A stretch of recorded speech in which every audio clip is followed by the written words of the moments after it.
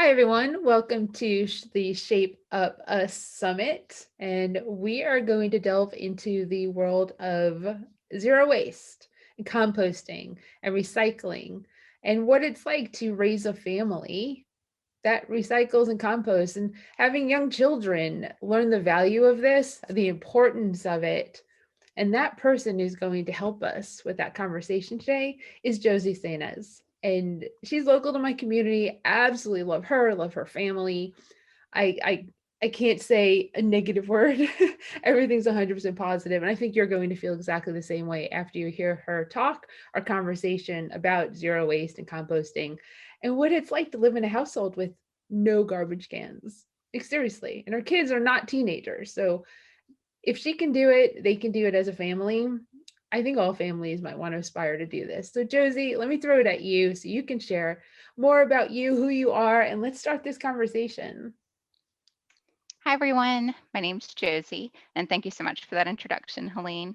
I'll start by telling you a little about myself and my family. We started Zero Waste in 2012. It's when I first heard of it, when my oldest was 1. And we'd already been making very little trash up until then. Uh, and we just started to really think about being zero waste and making no trash and started that journey. So my oldest is 10 now. So this has pretty much been our whole life that we've been zero waste, that he's been zero waste for his whole life. And then we also have a 5-year-old. So for his whole life, he's never known a trash can in our home, never known us to throw anything away really. And yeah, so they're very much a part of the process. They feel very strongly about being zero waste. They keep us in line. When we go out and think about wanting to get something, the first thing my 10-year-old will say is, that comes in plastic, Mom, are you sure? So he keeps us in line a lot. And if we, start to be tempted by something, he's the one that puts his foot down. So this is very much his lifestyle and his philosophy now as well.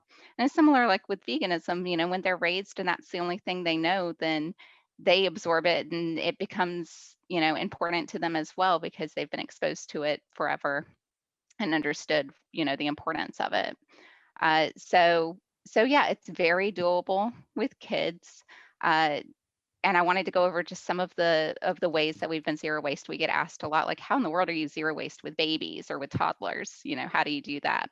So anyone who's been a first-time parent and gotten through that first year can tell you that when you get pregnant, you're given this long list of things that you have to get for the child. And after you've been through it the first time, you realize the majority of that stuff you did not need, that there were things in your life you already had that you could make do with, that a lot of it is gimmicks and just trying to market to you and make you feel like you'll be a better mom if you buy this product. So really the only things we need, and if you ask in any parenting group, what do you actually need for your baby, you'll get a little variance based on people's lifestyles and their work situation or those kind of things. But what we needed and the only things that we found were really necessary were diapers. We did cloth diapers, which were totally zero waste. A lot of those we got secondhand anyway. So they went through another child first, and then my first child, and then I kept them for my second child. And a lot of them are still in great condition and could be used for another child. So cloth diapers, cloth wipes, a wet bag, a waterproof bag to put them in. And it doesn't even have to be a diaper bag, like a backpack you already have, or a messenger bag, or just anything to carry those things in, and then some sort of waterproof pad. Clothing we got secondhand, toys were secondhand. They outgrow their clothes so fast anyway. A lot of baby clothes, like there's never any reason to buy new baby clothes. They change sizes about every 2 to 3 months. So usually they get worn once. And a lot of clothes we received at like our baby shower never got worn because he outgrew them. Or, by the time when he was born, he wasn't in a newborn size, he was a bigger baby. So a lot of stuff never got used. So oftentimes, if you find these things in secondhand stores, they're in good condition because they maybe got worn once, if at all. So there's never a reason to buy new cloth diapers, new clothes, new toys, especially at that age. They go through them so fast, get used so little that everything's secondhand. And then, we're either getting it for free or from a consignment store or thrift store. So it doesn't cost a lot of money either, and doesn't come with packaging. So getting those things secondhand. And then also recognizing that he didn't really need a lot of toys because, especially at that age, he was more interested in us. We were his toys. He wanted to have human interaction. He wanted to pull on my hair more than any toy that we ever presented. So yeah, secondhand items like that. Breastfeeding and co-sleeping didn't really require any extra accessories. If they'll market a lot of accessories to you, that if you're breastfeeding, you need all of these things to have the best breastfeeding relationship. But unless you're leaving the baby for extended periods, if you're going back to work and then need like a pump and bottles and those kind of things, and even those you can find in really good condition secondhand, and they have really good resale value. So a lot of those things you can get secondhand, or if you do buy new, know that you can resell so that they have a second life. So things like that. But we didn't need any particular accessories for either of those things. And then a good baby carrier. So that's basically my list of things that we needed when they were babies: cloth diapers, secondhand clothes and toys, uh, a baby carrier, and then a car seat. And the car seat's the only thing I'd say is worth getting new, because you want to make sure that it's not expired and that it hasn't been in an accident. But when you're done with those, a lot of times they last for several years. We were able to use my oldest child's car seat for my second child before it expired, and those can be recycled, and they, at either recycling events or at your local convenience centers, they'll recycle those. So yeah, doing zero waste with a baby was super easy. Literally produced no trash at all. We made our own food for him. And when our oldest was younger, first time mom bought into these special baby food makers that are essentially a micro chopper and not really any different from any other little mini chopper you might have, and then realized that a fork did a fine job of or my Vitamix did a fine job of blending, and that things didn't need to be blended that much. If we're doing like bananas and avocado and stuff, that I don't need to buy jars of baby food that are banana, like you literally mash up a banana, or just give them the banana and let them have that textile experience of holding the food. So we definitely, made some choices that in hindsight felt silly with our first child, that by the time we had the second, and I think that's, whether you're zero waste or not, that's a very common experience to discover by the second child, that there's so many things you don't need. So yeah, we made our own baby food, packaged snacks. They ate what we ate, which also, helped them to know a wider variety of vegan foods, of healthy foods, so that they had healthier eating habits as they got older.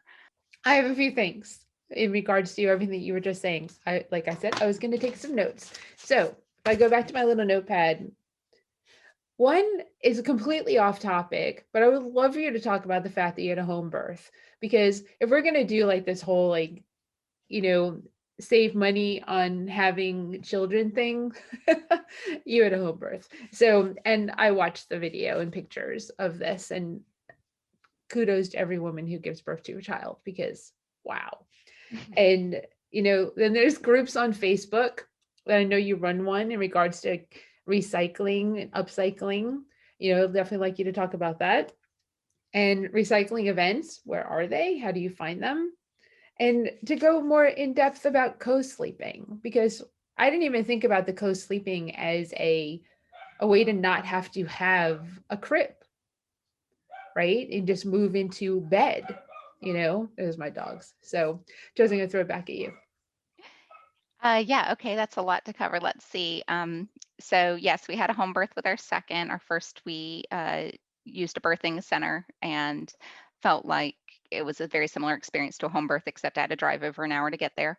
So with our second, we chose to have a home birth. Uh, and our midwife gave us a list of the things that we needed, and mostly it was a lot of like towels and washcloths, and she came with medical supplies, in case of emergency, that kind of thing. But we actually managed to have a zero waste birth at the time. That was in 2015, and so our trash output, so I didn't mention this earlier, when we started zero waste in 2012, we didn't just jump into making trash to zero. We started by getting down to, that first year, it was 6 kitchen size trash bags. Um, and then the next year it was 3. It's been so long ago that I'm starting to lose count. um, it might have been 8 that first year because I think we halved it every year. So I think it was like maybe 8 and then 4 and then 2. Yeah, so we went down to, no, I was right. So it was 6 and then 4 we did quarterly trash bags. So once a quarter we dumped our kitchen trash, and then 2 for a year. And then in 2015 it was a grocery size bag of trash. And so the only waste I had from the home birth was like some like puppy pads kind of things that they put down to protect the sofa. And then that was it as far as waste goes. So I borrowed towels because I didn't have enough myself, so I borrowed towels and washcloths from friends, to have enough of those, for our needs. And then our primary objective for that wasn't for it to be zero waste, but obviously, at that point, zero waste was such a part of our life that just anything we did naturally was a zero waste thing because I wasn't looking at getting disposable anything. And so, since then I've actually gotten washable puppy pad type things. So our next, we plan on another home birth when we have another child, and that one probably won't produce any trash because I have washable of everything now. So yeah, uh, I don't know if zero waste home birth is for everyone, but it definitely worked out for us. That's incredible. I mean, I was thinking about the puppy pads. I have washable ones, and yeah, I mean, hindsight, you had minimal trash from a home birth, and I didn't even. I mean, that's taking it to a place wasn't even thinking like to equate it to that, but just the concept of giving birth at home and how amazing it was to watch that afterwards, obviously, to see how that happened and see little Mezzy come into the world. How old are your kids? I don't think 10 we and touched 5. that. 10 Yeah, and they're 5. mhm. Yep. Yeah, so I mean, Newie's 10 and Mezzy's 5, and Nui and I have a cute little thing that's been going on for about at least 5 years, at least. And it's when I see Nui, we do a hip bump, or we call it an ass bump. Is what we call it. And it is tradition, typically on Thanksgiving. He asked me yesterday, he said, "Who was your interview with?" And instead of telling him, I just did that motion, and he was like, "Oh." So he definitely correlates it to you as well. That's fantastic. It's I so love cute. that. I know it. I love stuff like that because I love having those relationships with children, which what makes this summit so cool because raising healthy kids that are active and understand about what's going on with our planet is incredibly important. So, if you want to touch on like the Facebook group that you run, obviously it's local, but I think they're in a lot of cities too. Yeah, so I have a couple of groups that I run.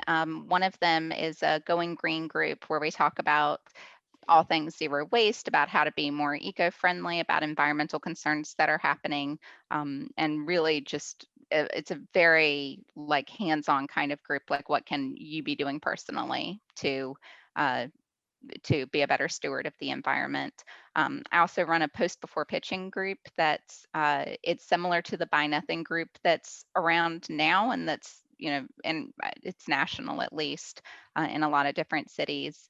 But it's just where you can post anything for free. It's a great upcycling group, and it doesn't have to be something that's in good condition. It can be, I have these, ripped up bed sheets. Does anyone need bedding for their pets? It could be something that you're not going to be able to sell, that you're not going to donate, that is just going to end up in the trash. So to try to find a way to get it another home before it ends up in the garbage. So yeah, that's been really great, and sometimes really fantastic, like, why are you not selling this items end up on there as well. So we've gotten so many things from that group. I basically don't expect to spend money on anything anymore because I've gotten so much for free over the years, and offer up a lot of things there too, to pass on the good mojo. So but the kids have been really involved with the environmental piece. We've been you just reminded me of something mentioning Nui. We've been doing a lot of hikes lately, and I got them. I think it was about a year ago. I got them picker uppers to take on their hikes, and so Nui is an avid trash picker upper. But then once we pick up the trash, like, he doesn't want to put it in the trash either because he's very used to not putting anything in the trash. So even once we pick up the trash on trails, we end up sorting it and recycling it, and finding a way to recycle it if we can. And he's always disappointed when something can't be recycled, but he's very disappointed to find trash in nature. So he is my environmentalist through and through. That is, I mean, I already adored him. So, I mean, that's just, imagine him multiplied by like 1,000, right? I mean, there being a whole bunch of kids that go out into nature and clean up, and not just clean up to throw it in the waste, that's the waste bin that's at the park, but to sort it. And in sorting, we're talking about compost, recycling, Mhm. the tetracycle. And you taught me something when we went live about styrofoam. We take our styrofoam to Publix now and hand it to them and say, here, so that we know it's not going into the landfills. Yeah, it's so great that there's an option now. When we first started looking at going zero waste, I researched all the options locally, and obviously the best thing to do is to avoid it if you can. And we were able to avoid to a great deal before the pandemic. And during the pandemic, getting takeout, it's just been way harder. Before, we would take our own containers with us, and we would ask them to put the food in our container if we were getting something to go, or if we ate there, then we would take our leftovers in our own containers. And we literally completely avoided getting styrofoam containers or any kind of plastic takeout containers. And during the pandemic, that just hasn't been an option. The choice has been either get one of these containers or not support our local restaurants. And sometimes you're lucky and you can support a local restaurant that uses compostable containers, but obviously we're also eating at vegan restaurants, so they need to be vegan with eco-friendly containers, and and a local restaurant that we can support. And it doesn't always work out that the restaurants you love have eco-friendly containers. So obviously avoid the containers if you can. Encourage your restaurants to use those paper containers, the compostable containers, if that's an option. But when you do end up with containers like that, knowing that Publix now takes those. When we first went zero waste, I was looking and there were only two places that took styrofoam. One was in Georgia and one was in New Jersey, and nothing in between. So I considered contacting to see if I could ship styrofoam. I didn't have a lot of it, but what I did have, like, can I ship it to you? And just my household styrofoam that I end up with. We get styrofoam as part of like packages sometimes if we receive a Christmas gift or something. Um, Packaging styrofoam, UPS stores and things like that, shipping stores will often take those. But yeah, having Publix now take the styrofoam like food containers has been really helpful. And so when we do, we have a few restaurants we love, and that's what they use. And then having that option to wash those out and take them to them. Yeah, that's really cool. And then I know you posted for Earth Day, and I didn't look at it, the discount to get the TerraCycle, right? I Mhm. mean, can you talk about that and what that is and what people can do? Yeah, TerraCycle is a really good option for all those things that aren't traditionally recyclable. Every municipality, sometimes it's by town or your county, however you recycle, has different items that they take. So while many things are recyclable, they might not be recyclable in your curbside recycling or at your county's pickup, based on who they partner with, on who they contract with, and what that contractor takes. So for instance, number 5 plastics, like yogurt tubs, margarine tubs, those kind of things. Some places take them, some don't. Clamshell containers, like the takeout containers, some take them, some don't. There are a lot of many things like plastic bottles, glass bottles, aluminum, everyone takes, but some of the plastics, some places don't take. So TerraCycle is a really great option. It allows you to be zero waste because all those items that can't be recycled through your curbside pickup, you can recycle with TerraCycle.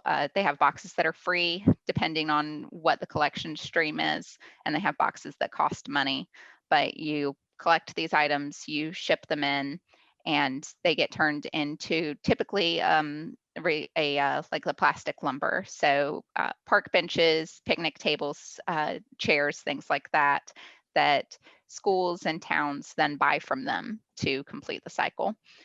So they have some free pickup locations here locally. And actually, I think across the country, a lot of Subarus have TerraCycle bins in them to collect to-go drink containers, including like the straws, the lids, for hot or cold drinks, for takeout drinks, and also snack wrappers and snack bags.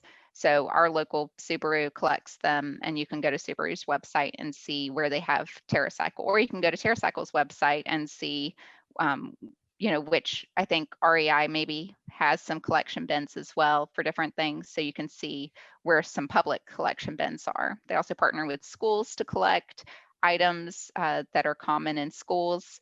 And I think there's a fundraising aspect to it there as well. So it's a really great option. If you check out their website, you can see some of the stuff they do. They have a shop on there where you can buy products made from recycled material, which is really neat as well. Oh, that's really cool.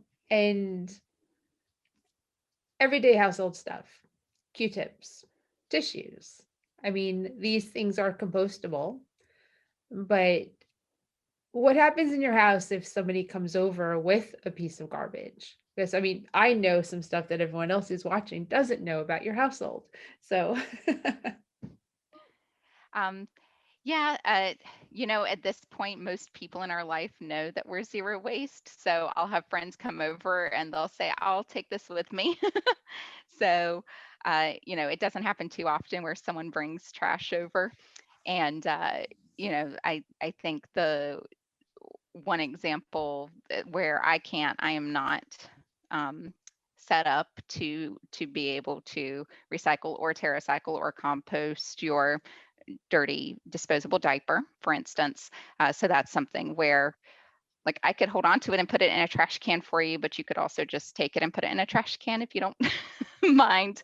um, you know, uh, but as food scrap kind of things, I'm happy to have in my compost, and things like snack wrappers, I can TerraCycle. I have a collection bag. I have a whole collection system set up like in my laundry room for to-go containers, snack wrappers to take to Subaru, styrofoam to take to Publix, solid plastic items, or anything with a plug to take to. We have a local place called Anything with a Plug that takes electronics, batteries and bulbs, go back to batteries and bulbs, the store to recycle. So I have collections set up for all of those kind of things, and then a TerraCycle bin that I pay for all the random bits that aren't recyclable otherwise, like the little tabs that come on bread, those go into the TerraCycle bin. And then plastics like our vegan cheese wrapper, things like that. And the majority of it's food wrappers that goes in there. So, I have a system set up to recycle all of those things. Yeah, Q-tips, cotton balls, tissue, all of that stuff. We have a bin in each bathroom that is just for compost. So hair, when we pull hair out of the hairbrush or out of the drain or anything like that goes in there. Floss, we have a compostable, we use a compostable bamboo floss, so that goes in there. We use compostable toothbrushes. We use toothpaste tablets, so that's zero waste. I'm trying to think of what would even go in the bathroom bins, and I think that's about it. We get our toilet paper wrapped in paper. So the we do have a bidet, and some zero waste families also use family cloth, like cloth wipes instead of toilet paper. My husband would shoot that down really fast. So we're not quite there, but but we do, use a recycled toilet paper that comes wrapped in paper. So that's going to have to be as good as it gets for now. And the kids are on board with that. They even really like the bidet. They'd probably be on board with the family cloth, but got to make everyone happy. Yeah. So what's interesting is, and going back to like raising children, your household, I think people may be getting this, but there is not a single garbage can in your household. It is compost, it's recycling, it's terracycling, it's the styrofoam, it's everything that has its place to where it's either going to go in your backyard to your compost, go into a fire pit for, one thing that you said to me last time we spoke was, and this is brilliant, is to take the paper towel or toilet paper holder thingies, whatever, the rolls, right? That's left over after you use all the toilet paper towels, and stuff the dryer lint inside of them and use that as a fire starter. Because we spoke in December, use that as a fire starter for when you want to light a fire. But fire pits outside can go all year round, in the evenings. Use that as your starter. And because the lint, which is why dryer lint, you need to clean that out of your dryers because it's flammable. It's a perfect fire starter. Yeah. Yeah, we stuff the dryer lint goes in there, and we have an indoor fireplace that we use in the winter, and our outdoor fire pit that we use, like you said, all year round. Um, Old things that we don't want to donate go in there either. They could also go to textile recycling. You're talking about like old underwear, holey socks, things like that that I'm not going to donate. Nobody wants these. I can either put in the fire pit, or there are textile, here locally, we have textile recycling bins. They used to do curbside textile pickup. Hopefully they'll get back to that eventually. But during the pandemic, they haven't been doing that. But there are bins everywhere for textile recycling that also take shoes and things like that. But we also, burn a lot of that stuff. So especially in the outdoor pit where, if it makes a lot of smoke, that's not something I have to worry about as much. But and then those things are also compostable as well. I like the cloth diapers I mentioned earlier. Once they get to the point where they're a little too worn out for me to want to put them on my baby's body, I use them as cleaning cloths, and they're clean. We're washing them and sanitizing them, and they're very clean. So uh some people get grossed out by the idea of cloth diapers, but it's really not a big deal. You get used to doing the laundry, and it's just part of the process. So those cloths get used as cleaning cloths. And once they're too worn for that, I had one yesterday where it had more holes than material. I was like, okay, this one's done. Then it goes into, I have just a box where I collect things that are going to go into the fire pit. But those are also compostable. These are made of bamboo, cotton, natural fibers. And so it's compostable as well. So can you please share what's compostable, what's recyclable, like this way compostable is probably more so like what we talked about, because recyclable, you kind of delved into that a little bit as to what can be or can't be. You have to check with your city, make sure what you're putting in that bin is right, and why you don't want to just mix anything in there, why it needs to be clean, because you can ruin your whole bin won't actually get recycled. It'll end up in the landfill anyway. But for compostable, it's really interesting. And also that you can't just throw things into compost like your takeout containers and expect them just to, decompose in a week. It doesn't work like that. Right. So I'll touch on recycling first because, like you said, I've already mentioned several of those items. And it's really important to know what's recyclable in your area because you don't want to contaminate the whole bin. And, there are people that are sorting these items, and we should be really, considerate of the fact that people are having to sort your items and touch your goods. And if you put a lot of things in the recycle bin that are not recyclable, you're making their lives harder, and you risk contaminating the entire load. So if you have the opportunity to tour your local recycling facility, it's a wonderful way to, and they're doing virtual tours now. A lot of places are. So just last week, I did the virtual tour for our county's landfill, which was very interesting. I've done an in-person tour there as well, and I've done the in-person tour of our local recycling facility, and it really gives you a better idea of what the process is like. And then you understand why you cannot put shredded paper in the recycling, because they have a conveyor belt that, you know, takes the recycling up, and shredded paper is just going to fall through, and it can't be collected, and it can't be binned the way that they do other papers. So shredded paper needs to go into your compost. Um, and so, yeah, getting an idea of what your local municipality, wherever you recycle your goods, what they actually take is really important, and making sure that these containers are cleaned out.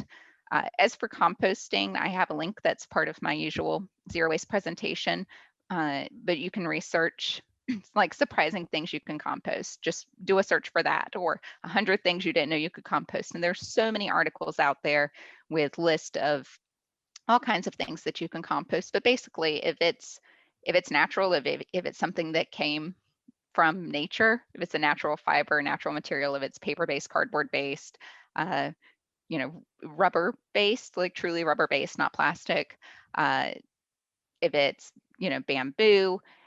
So, we use a bamboo floss, bamboo toothbrushes that have bamboo bristles. So all of that is compostable, or burnable, because bamboo is a type of wood too. So it could also be put in the burn pit.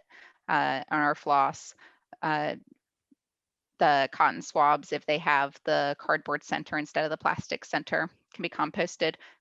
Cotton balls, tissue paper, paper plates, napkins, things like that.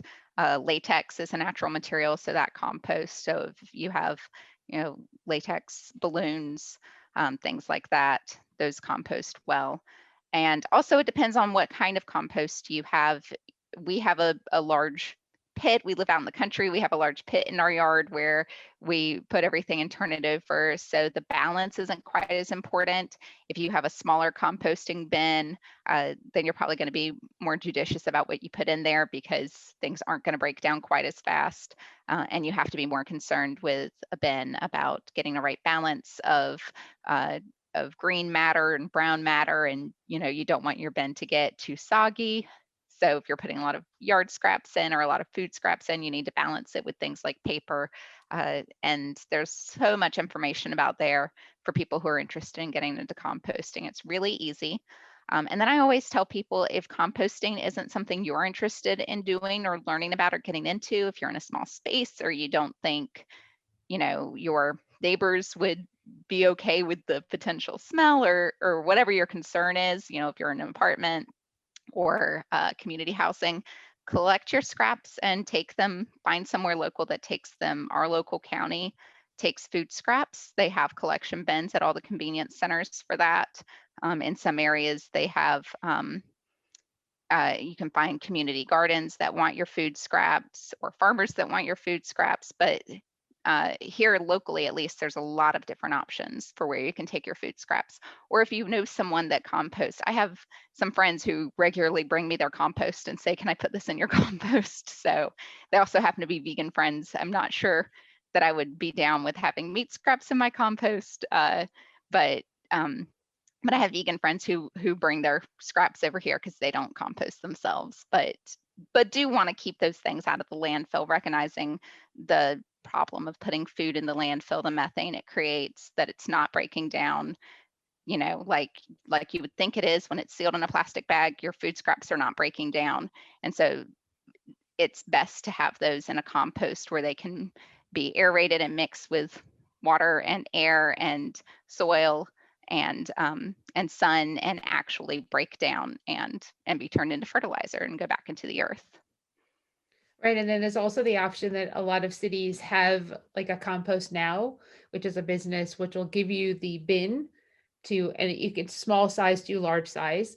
Then they'll come pick it up and they'll turn that into compost. Now you're paying them to do that, but it's a convenience, and it makes it so that you don't have to do all the turning and the layering and all that. Or you could be like what we do, we just throw everything into our backyard and we let the raccoons and the possums and whomever else go at it. And we have some great soil, and we don't garden. Yep, So absolutely. Yeah, there's paid options out there too. So, if you don't, if you're not interested in paying for a service, then find a free community garden or something, someone that'll take it. Check and see if your local municipality takes it. Wake County has the bins at all the convenience centers, I think, or at least a majority of them, to collect food scraps. Or if you want the convenience of someone just coming and getting it from you, then Compost Now is a great option. You can get fertilizer that they make out of the food scraps in return, or you can donate that fertilizer to another organization or someone else if you're not interested in getting the fertilizer back. So many great options. There's really no reason to be putting food scraps into plastic bags into a landfill to sit forever creating methane. There's so many better things to do with that. Yeah, and one thing that thank you for sharing about the ripped up paper, because paper to me is recyclable, and of course the sensitive paper I rip up and throw into the recycle bin. Oh. It needs to be as large as a business card to go through the recycling. So if the pieces you rip up get smaller than a business card, that's something that you should be composting instead. Thank you. Sure. Now I know which direction to go in our house, because I didn't you don't even think about that stuff. And that's why this is so important to have these conversations, because people think like, well, I'm going to rip up the sensitive stuff or shred it, and that shredded material is recyclable because it's paper, but it's not for the facility that's going to go through. So if you compost it, or of course when you shred stuff, I mean, when you use an actual shredder, you can go to shred recycling days, which a lot of cities have, or just make it so that it's your business card size and get that sensitive stuff so that people can't see it and throw it into your recycle bin. So thank you for that, because it's gonna, every time we talk, you change what we do in this house. Along the same lines, I'll also mention foil, like foil lids off of, foil that you might use for cooking, or foil lids off of a yogurt or something, should be baseball or softball size to go through the recycling.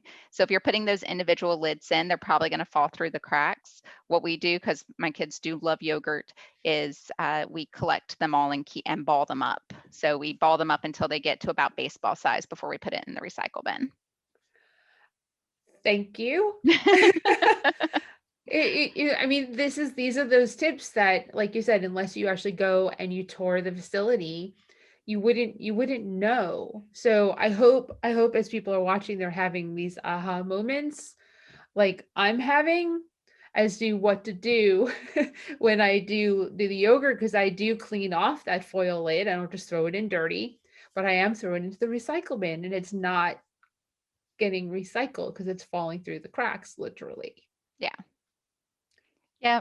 I mean, and these are things that I didn't know when I started, obviously. It's all a learning process. So these are, things that I picked up by doing these tours and by learning from other people. And, the more you know, and then you incorporate it into your life and make those changes, teach someone else to make sure that we're getting as much recycled, as much composted, as much out of the landfill as possible. So, Josie, I think a great way to kind of bring this all together is for you to share like how much waste you've had over the years, because I think it's going to blow people away.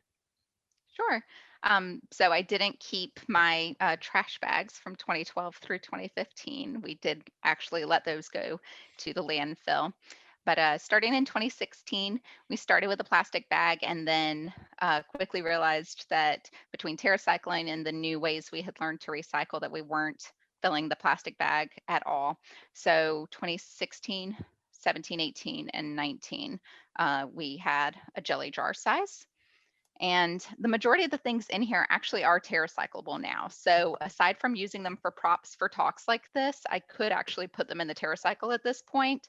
But mostly it's like these kind of foil lids off of like orange juice or pill bottles or jars. And then also these kind of food saver things, the keep dry crystals.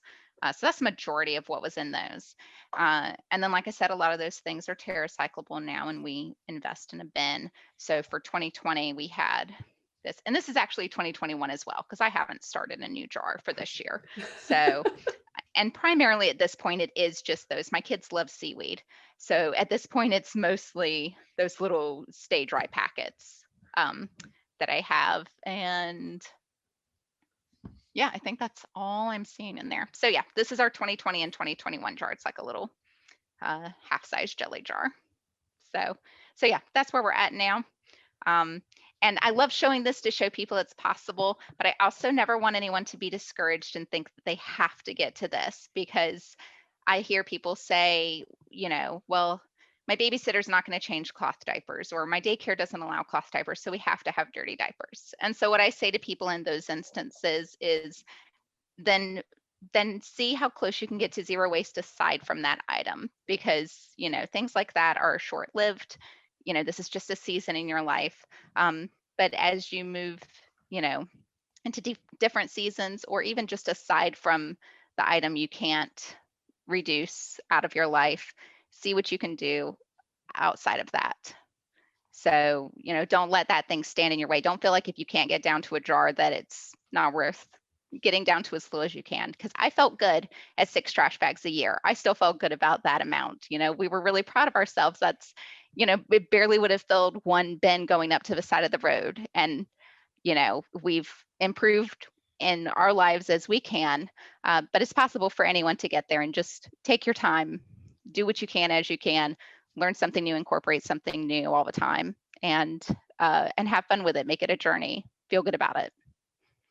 Yeah, it kind of equates to how when we talk to people about being vegan or going plant-based, it's the same concept. Meet people where they're at, and you can aspire to be your family, right? That can be, I mean, to me, the only place further than how your family is doing is no waste, zero whatsoever. And it doesn't make it, I mean, you're as close to that as possible. So you are where people can aspire to go towards, or people can aspire to just, like I said, just do better. Start composting, make sure that what goes in recycling is correct, make sure it's clean. You do these things that make a difference with your, when you buy Q-tips, don't buy the plastic ones. They're not good anyway. Buy the paper ones. You can compost them. Yeah. And if they make it into the garbage, they probably will eventually break down because it's paper, right? Yeah, I mean, it's better than, even if you're just looking at it from the process of making it perspective, it's better to buy something that had, that's not made from petroleum, that didn't have, where they didn't have to dig into the earth and pull up oil in order to make it. So if you can choose not plastic, that's better. If you can choose something compostable and you actually compost it, even better. Like, just making the next best choice. And at this point, our goal is to reduce our recycling. So to find more compostable options, to, choose more reusable options. It's been hard during the pandemic. We're recycling way more. And that's just where it is right now. And, not being hard on ourselves about that. This is our current life, and things will get better on the other side. We can go back to using our reusable cups at restaurants, and not having to get takeout containers. But for right now, choosing recyclable and compostable when we can, and just doing our best is good enough. Right. And to pull it full circle, raising children to understand their impact on the planet that they are going to inherit, and then their kids will hopefully inherit a planet that is healthier, because we're all doing things that will help us sustain living here without doing as much harm, because that should be a number one focus for everybody. The environment and the climate are, we're slowly killing Mother Earth, and what you're doing as a family is rejuvenating her. So I mean, thank you so much for doing that, and raising children to understand the value of that is absolutely incredible. My kids, even my 5-year-old, have such a greater understanding of environmental impact of our decisions, of what's of how to take care of the planet, of the importance of not littering, of recycling, of turning off the water, of not wasting fishy water, is what they say. Of turning off the lights, of saving electricity. Like, all of these things I did not have any concept of at 5, and maybe not even at 10. They're so more in tune with what the earth needs and taking care of it, than I was at that age. And And I'm more proud of that than the zero waste. Like raising this next generation to love Mother Earth and to make good choices is I've done my work. I'm very proud of them. They're fantastic little environmentalists. Well, they're fantastic little humans because their parents are incredible. Getting teary-eyed. Well, no, because you're gonna make me teary-eyed too. That'll be the second time in a week that I've cried while being like while doing something. So like live or recording.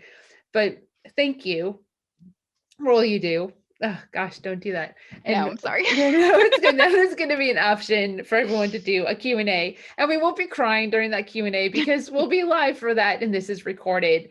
So I'm sure many people watching this are going to have questions because there's this things that you have around the house and when you're making purchasing options and you may have children you think I could never do this, my kids would never, my husband, my wife would never be on board with this type of thing. And that's not necessarily true because if you look at the end game is to make sure there actually isn't a literal end game of the planet. And if you think like that, you go, these little things that you may consider inconveniences actually turn out to not be inconveniences because we all make choices every single day. If you're able to be vegan, you're able to be whole foods plant based, you're able to go SOS, no salt, no sugar, no oil, you're able to do those things, you probably have the ability to make the choice of the paper Q-tip over the plastic one, to upcycle, recycle, buy used as opposed to new. These are little changes that you can do relatively easily if you can find the things that you need. A lot of times finding the stuff that you need used is all about timing. Just keep looking to find something at the price point and what you need. Recently we've purchased a bread maker, two saws, a picture. I mean, like we've purchased a whole bunch of stuff that we bought used on Facebook Marketplace. It's doable. It's very doable. And it saves a lot of money to use somebody else's stuff that they don't want anymore. And vice versa. We took down a ceiling fan and we sold it on the marketplace. Worked perfectly. 6 people are interested in less than 24 hours. You can do it. We live in a world where that's possible. Obviously, just be careful when you are. Josie, you want to close out? Sure. I mean, everything you said there, you're saving something from the landfill, you're saving on packaging by not buying something new, you're reducing excess consumption, excess production, all around. Choosing things secondhand is the best, easiest, most financially beneficial zero waste step you can make. And it's all about making those small choices that next step. And if you think your kids can't do it, they're going to follow your lead. So you do it, the kids will do it, they'll be on board. And before you know it, they'll be even better at it than you are. So absolutely. Zero No. waste is easy to do and very family friendly, and it's worth it. Thank you. And then we're going to open it up to your questions. So again, thanks so much. Thank you.